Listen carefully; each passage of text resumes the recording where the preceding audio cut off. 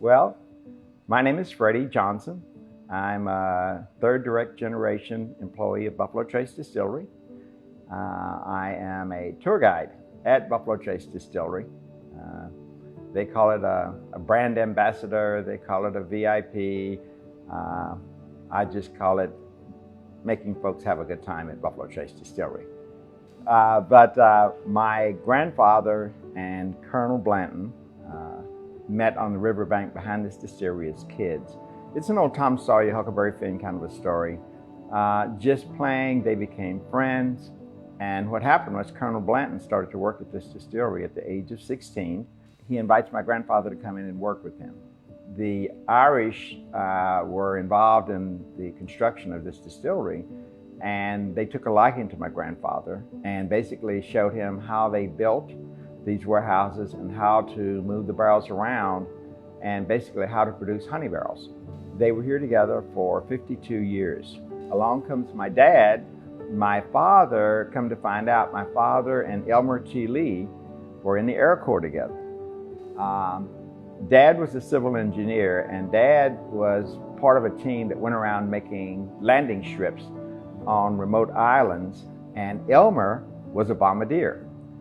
And Elmer's planes landed on Dad's landing strips during the war, and none of this was ever discovered until they were down here and they were sitting around sipping hooch one time and talking about good bourbon and talking about things that happened.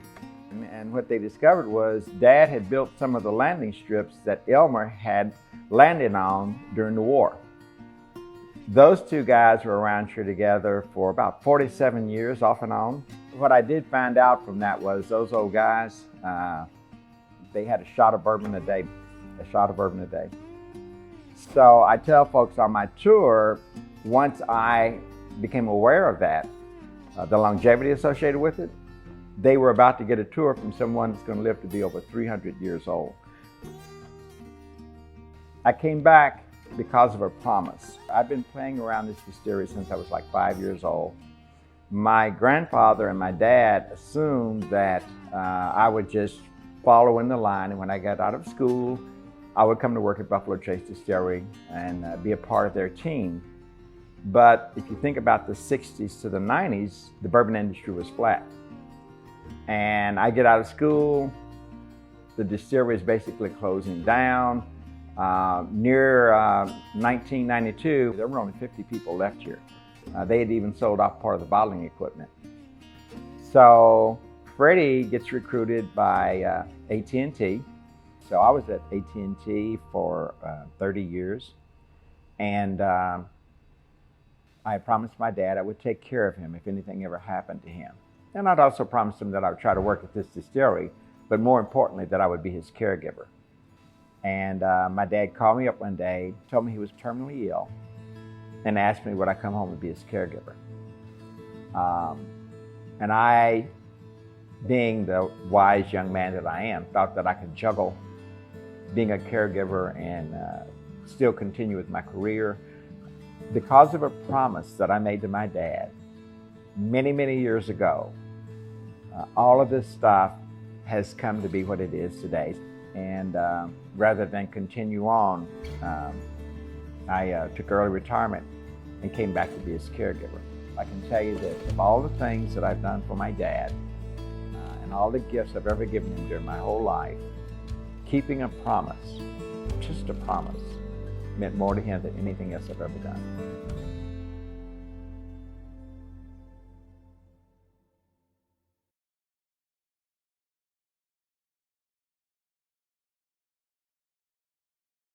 Colonel Blanton was a visionary, and he saw that the demand for bourbon and whiskey was not going away.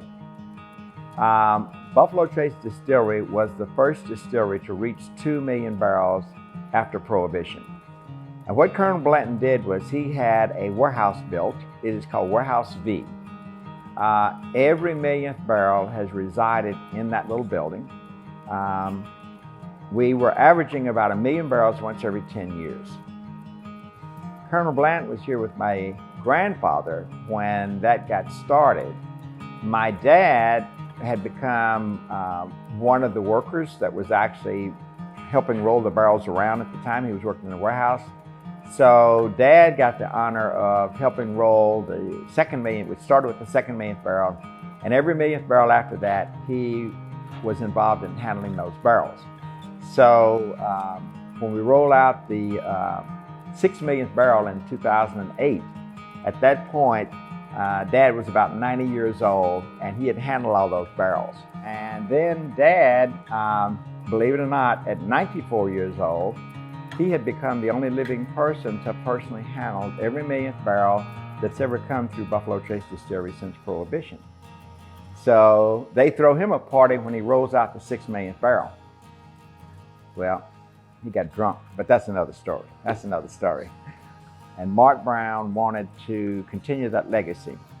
So I get Osiris out of school. He comes down. He helps me roll the 7 millionth barrel like I had helped my dad roll the other barrel. And they've got this picture of him and Mark Brown and Harlan Wheatley, and he's standing there, his little chest is all stuck out and stuff. I've got my grandson to help me, he helped me roll out the 7 millionth barrel. There's enough technology, there are enough marketing, and there are enough other things going on that even if he doesn't roll a barrel, there are opportunities for him to be involved with Buffalo Trace Distillery. My father, as his health was starting to fail, wanted to make sure I knew where all of our family members were buried in the different cemeteries and stuff. So we're going on this little journey. We're going around on one Memorial Day, and he's pointing to where my great-grandfather is buried, along with Melissa Wilson, and where my half-brother is buried, Benny Johnson, who is another member of the family. My grandfather is also buried in the cemetery. But in the midst of all that, my cousin, Miss Shanti, had discovered that the Green Hills Cemetery, where they were buried, was the only monument, the only place in Kentucky that recognizes, they called them the colored troops, but they were African-American soldiers that fought during the Civil War. And all they have up there is little divots in the ground. So we started this restoration program going, but it's too costly. We were not able to make enough money with fundraisers and stuff like that to pull it off.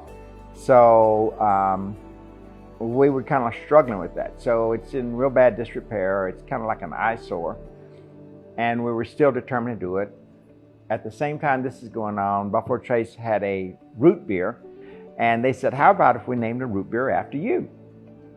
And I'm like, well, is it going to be any good? Because I didn't want, yeah. And they started laughing. They said, yeah, it's what we call a clean label. It's going to be good. Real olive birch, real vanilla, and real cane sugar. So that starts it. I get my grandkids involved. My daughter and my grandkids were part of the taste panel to make sure it was okay. Well, we start that. And $1 out of every case of the Freddie soda line actually goes to a 501c3, and we're calling it a historical restoration project because I'm hoping that the legacy will continue on as long as the soda line is in business, and it'll allow us to actually repair and restore other historical sites in and around the area. Years from now, when I no longer walk this earth, my grandkids can say, this is something that Papa helped to create while he was on this earth. So it's just my way of giving back and my way of saying thank you to Buffalo Trace Distillery for all that they've done.